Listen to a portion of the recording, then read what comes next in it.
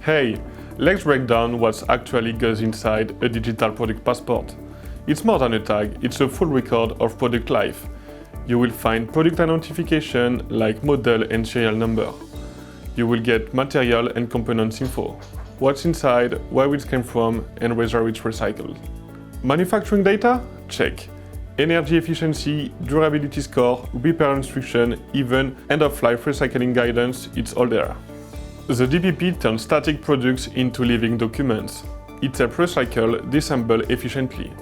It empowers consumers to make better choices, and it enables companies to prove their sustainability claim with actual data. All of this info can be accessed through a QR code or an RFID tag, quick, convenient, and always up to date. That's not just transparency, that's transformation. And that's exactly the kind of solution SATO is proud to support.